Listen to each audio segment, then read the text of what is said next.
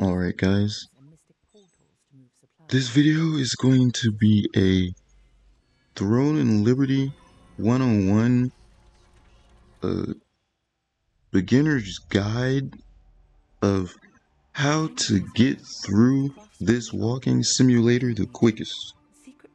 I'm going to literally explain everything to you about this game you need to know, and then after that, about 20 minutes in, that's going to be the end of the video, 26 minutes in, and that's going to just show you what the actual grind loop in this game is. Some people might enjoy this game. Honestly, I don't even think this is worthy of being called a game. I don't even think most of the MMORPGs we have are real games. Remember to like and subscribe. I'm going to explain a couple things about my life. I'm going to be straightforward and honest about it. And we're going to get into this video right after that explanation. It's only going to take a minute, maybe two. My family sucks ass. There's problems like I got kidnapped by my dad when I was little. My mom's a delusional person. You know, my brothers, my sisters, you know, they're actually kind of abusive. I don't even have a bank account. We live in a world that requires money. They like to pretend like I don't need one. I have heart failure. You know, I don't have money to pay for a lot of things. There's a lot of little problems. Just to cut to the chase, I need this YouTube channel to at least get 500 subscribers. And I need to at least be able to make the art and the stories gain people's attention. So all I need is that support from people who are interested in the stories that I make. And I'm making this video and these videos about this game just to express how I felt about this game and to give people a little guide that lets you know how to skip all of the just grind. That's all it really is in this game. And I made a video talking about how useless the battle pass is. So the first thing I'm going to explain is how to use the upgrade system. There's a way to skip and not waste your time with the upgrade system. First, we're going to talk about abilities. All you need to do is upgrade the ability that has the most utility. Do not upgrade things like stuns to start off with. Try to upgrade the lowest cooldown, strongest attack that you like the most, or you use the most. Then go into upgrading abilities that have alternate uses. So how I'm upgrading this nimble leap, it's so I can dash around more often. And then I have this recoil shot, because every time you dash or use stamina in terms of a movement ability, you can then use this recoil shot. And it's just a good tool when you're using the archer, the crossbow archer.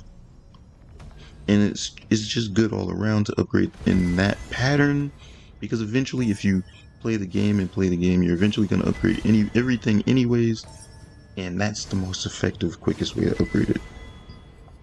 And then we're going to talk about the armor upgrading. Skip all of the green. Skip the blue. The only thing you should upgrade is blue and purple. And the reason you should upgrade blue is so you can max out your blue gear and then make your purple gear eat that blue gear. You're only going to upgrade to about level 6 with the purple, or level 4, It's not that useful, but it does allow you to skip upgrading, and then you can use all of your green upgrades to make blue upgrades, and then use all your blue upgrades to make purple, because purple is the only useful upgrade in this game. That is entirely how you upgrade your gear. And that is entirely how you upgrade your abilities. Don't waste too much time upgrading these things, because it does require a large amount of resource. It requires more than you can get for free in the game. Now we're going to talk about cutscenes and all of this stuff. Cutscenes in this game are all pointless. The only ones that are really useful to watch are the ones that explain the story, because that's the only thing in the game. Stuff like this cutscene right here, there's almost no context unless you read everything, and there's still not very much context. You don't know what's going on here. You have to see this cutscene and listen to them to understand, which really makes all of the story in between absolutely pointless. Wisp Island. Do you happen to know anyone named Jan Janov? It's like they made notes to make the story. Ah, I see. And now we're getting into this section of the game. Explaining this to you is really simple. Just skip all of this until you have blue gear, or until you have purple gear. The explanation is simple. The mechanics in this game are trash. I'm going to have this entire thing play through just to show you. I'm going to explain some problems. As you can see, the perfect dodge, block, whatever you want to call this thing, all it does is prevent you from getting stunned or getting attacked by a very strong attack. So, whenever it glitches or it bugs, which will happen to you, it's going to be very annoying, and it's going to cause you to take damage, etc. There's no point in wasting your time doing those mechanics because they suck. And as you see, I just got stunned when I shouldn't have. So it's really a system that registers whether or not you press the button, not really whether or not you do it on time or anything like that. So you have to learn the mechanic of when to do it, and then they have the special attack that the enemy does so often that you can't block it every single time, because you have a stamina system. You have to literally learn how to manage your stamina to a point that makes no sense. This is just a system they threw in the game. And the bad part is that on some of these bosses, if you don't have enough health, you have to hit almost every single one of those. And you'll notice when it's more required, because it's more spaced apart.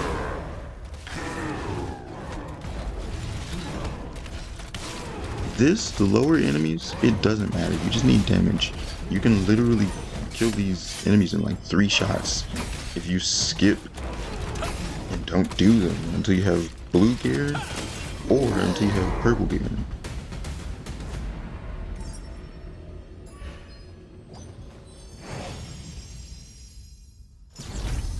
Now we're going to talk about what enemies you should be taking out in this game.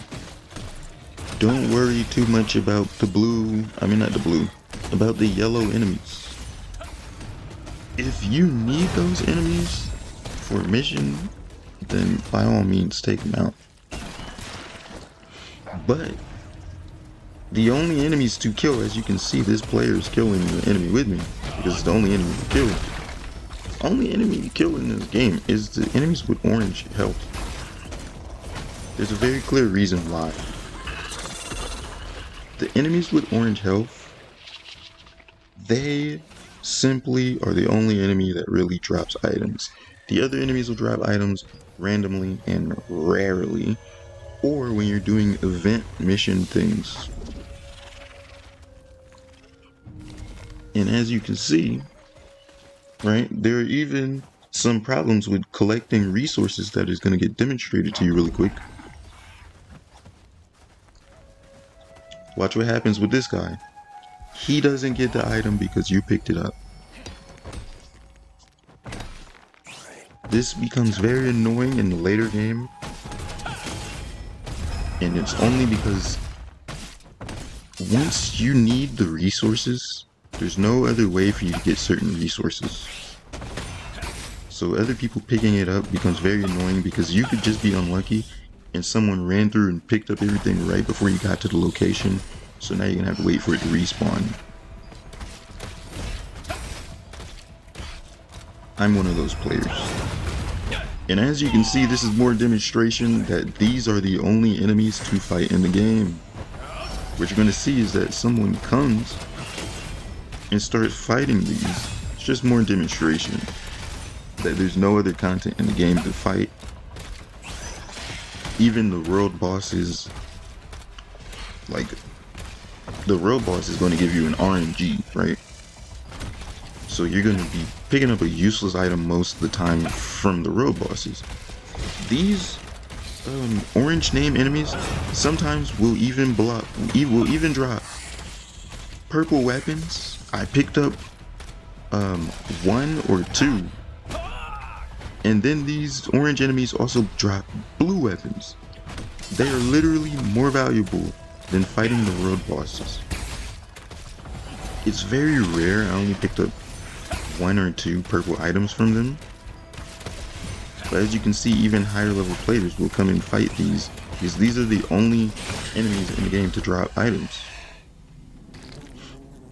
And this was just me playing through, and I was thinking of this like Devil May Cry at the time, because I was like, dang, they really could have made a game. Like, I started thinking like, dang, Devil May Cry really could have made a game just like this, and it would have been 10 times better. And then I was thinking how close this game is to being similar to Devil May Cry. They really just dropped the ball designing this dog shit. Because if you play Devil May Cry, right, you'll know exactly what I'm talking about when I say, dang, this has some Devil May Cry mechanics. But this section of the video was to show off, like, some missions could have been better. But because this combat is so trash and terribly designed, that even better missions would be boring, because the game is designed as a health check. The game is designed as a damage check, right? So you're just gonna end up doing boring stuff. And this, sadly, is like one of the best structural missions in the game. So when it comes to how every other mission was designed, for the most part, it's terrible.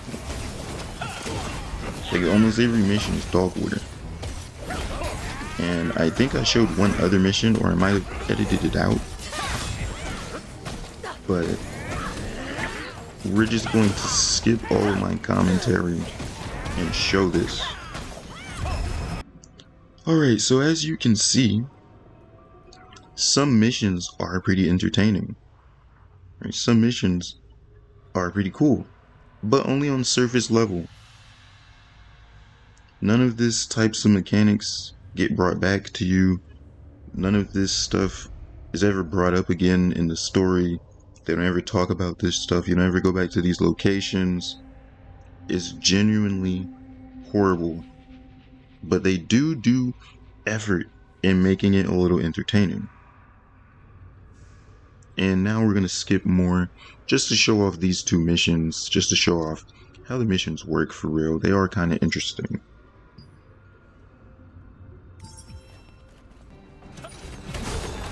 Alright guys, so I'm happy if you made it this far in the video. Like and subscribe.